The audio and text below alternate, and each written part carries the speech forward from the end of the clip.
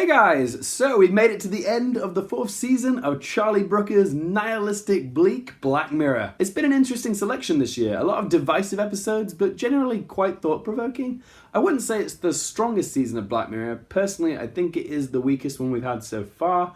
But yeah, it's still had its high points. But one thing that Season 4 has confirmed is that all the episodes do exist in the same universe. And it feels very fitting that what might be the final episode of Black Mirror ever gives us so many reminders of the series past, with all these little Easter eggs and references to previous episodes. Black Museum as a title is so close to Black Mirror, and it works perfectly to give the series finale that feeling of being part of an exhibition or a collection. Much like the public would go to museums to learn about other cultures and history, Black Mirror has often been a look into the potential future, commenting on society, culture, and technology. So this episode brings it all together. So today I'm looking at the final episode of this season, Black Museum, so I'm going to give you my thoughts, opinions, and analysis. Again, I'm going to be issuing a massive spoiler warning. If you haven't seen Black Mirror, why are you here? Just go watch it, alright? Then come back. You've been warned. So Black Museum follows this girl called Nish, who's played by Letitia Wright, who you guys might recognize as Cherie from Black Panther. She's a British tourist visiting America to see her dad, but when she stops to charge her car, she seemingly stumbles across this museum that's owned by a fellow called Rolo Haynes,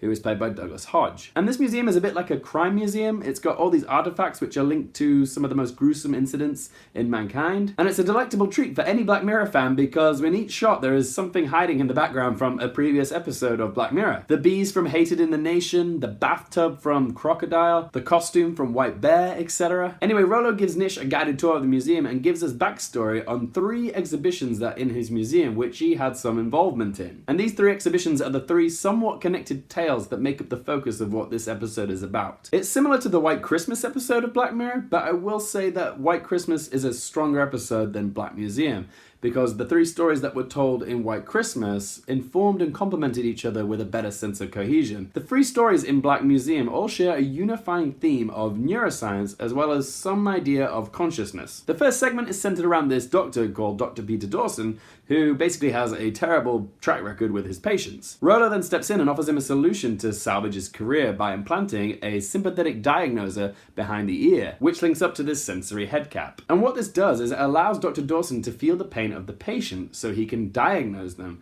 and also not have any of the physical side effects afterwards. So he can diagnose the problem by feeling what type of pain the patient is having. And all seems well and good after he has the implant because, yeah, he starts saving lives. But there's a fine line between pain and pleasure, and eventually Dawson starts becoming addicted to the rush of endorphins that comes with the patient's body's reaction to pain. And soon afterwards, he becomes so obsessed with chasing the high that he starts to self-mutilate. And then it goes a step further when he starts torturing like homeless men off the street and becomes a total sadomasochist who gets off on the pain of others. The second chapter is about a couple called Jack and Carrie who have a son called Parker. One day Carrie is hit by a van and ends up in a coma. Enter Rolo, who offers Jack a solution to his comatose wife's problems. He's found a way to digitally transfer the consciousness of Carrie into Jack's brain, so effectively they can share the same body. And she can feel all the sensations that Jack feels, like eating food or getting aroused, or even feel the embrace of a hug from her son Parker. But sadly, Jack's head isn't big enough for the 2 of them, and they start to drive each other crazy. He's a man in the real world who has male needs, obviously, and she's essentially just a voice in his head just occupying his brain. So yeah, she gets jealous of him starting to move on for her when he dates other women. Jack then asks Rolo for other options, so Rolo says to him he can transfer Carrie's consciousness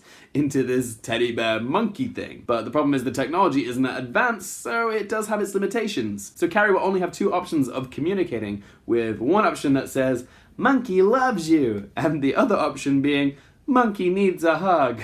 Oh god, that's so sad. Whilst this does work at first, eventually Parker gets too old and gets bored of the teddy bear, and now Carrie is sort of trapped forever inside this monkey. And Rolo says to Nish that he can't delete Carrie's consciousness because effectively it's digital murder. Or euthanasia, depending on your philosophical bend. I thought this segment was fascinating because I, for one, already think that my head is already crowded with too many thoughts of my own. But then I thought, can you imagine a scenario where you had someone else constantly prattling on in your head? I already drive myself nuts with my own thoughts, but yeah, imagine having someone like backseat driving you with your life. It would just drive you nuts. And the final story that Rolo shares with Nish is about a man called Clayton Lee, who is a death row inmate, who claims he was framed for murdering and dismembering this news reporter, but we never actually find out if he did do it or not, which is interesting. He has a family who are struggling, so Rolo offers him a solution to his financial problems.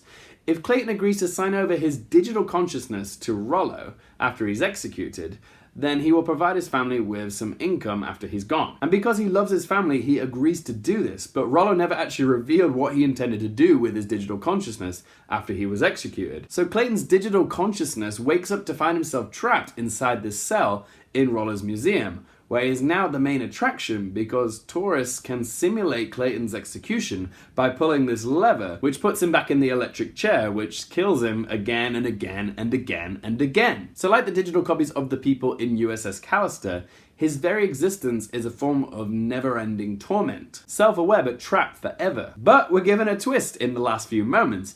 Nish turns out to be Clayton's daughter. He was the father that she said she was going to visit, and her plan all along was to seek revenge on Rolo for turning her father into a vegetable. She poisons him and then uploads Rolo's fresh consciousness into her father's virtual one. She then double mercy kills her dad and Rolo, but somehow Rolo is trapped in a never-ending electric chair torment, I think. It's nice and convenient that he's somehow dead, but not dead. I didn't think it was explained very coherently. So one idea that has repeatedly cropped up this series is the idea of digital or shared consciousness. USS Callister gave us digital copies of Daly's co-workers. Archangel lets Mother Marie piggyback onto her daughter's point of view, effectively sharing her consciousness. Crocodile gave us a glimpse into people's memories, a window into their consciousness. Hang the DJ revealed that all the Frankenamies were digital simulations, and now Black Museum exposed the consciousness of 3 desperate individuals. A doctor feeling the pain of others, a woman sharing her husband's brain, and a death row inmate digitally replicated for a museum attraction. And each story takes a different slant with its genre. The first being a body horror, the second being a tragedy, and the third being a cautionary tale. As a triptych, they make up a whole collective of Black Mirror. And it also gives this episode a villain for us to despise. Douglas Hodge is superb in the role as Rolo. He's charming, he's slimy, he's sadistic, and he totally deserved what he got. But I will say that he's the only character in this episode that feels well explored. All the stories or segments feel too short to develop a meaningful connection to any of the other characters. I was intrigued by Dr. Payne, but that whole segment could have made for a very good episode by itself. And yeah, I wanted more of Dr. Payne. And the same can be said about Jack and Carrie's segment, which is the most emotionally investing portion of the episode. Even the revelation that Nish turned out to be Clayton's daughter didn't hit me as hard as it should have, because neither Nish or Clayton are given enough backstory or screen time in order for us to care. So when Nish got her justice and then burned down the museum, it didn't feel as cathartic as it could have been. To conclude, guys, Black Museum was a mixed episode for me.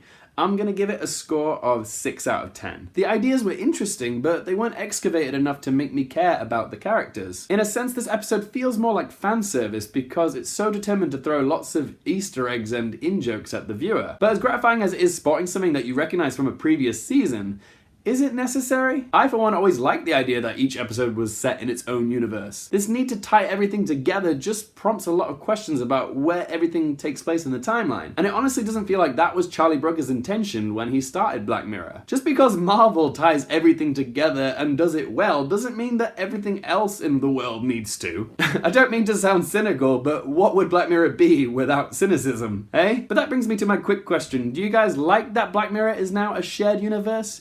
Or did you prefer it when you thought it was just an anthology series with each episode contained in its own little bubble? Whatever you think, guys, please do let me know in the comments section below. And please do let me know what was your favourite and least favourite episode this year. And if you like these videos, guys, please don't forget to hit the subscribe button. Thanks so much for watching, guys. For more things related to movies, TV, and popcorn culture, I'm Luke Yearfield, and I'll see you next time.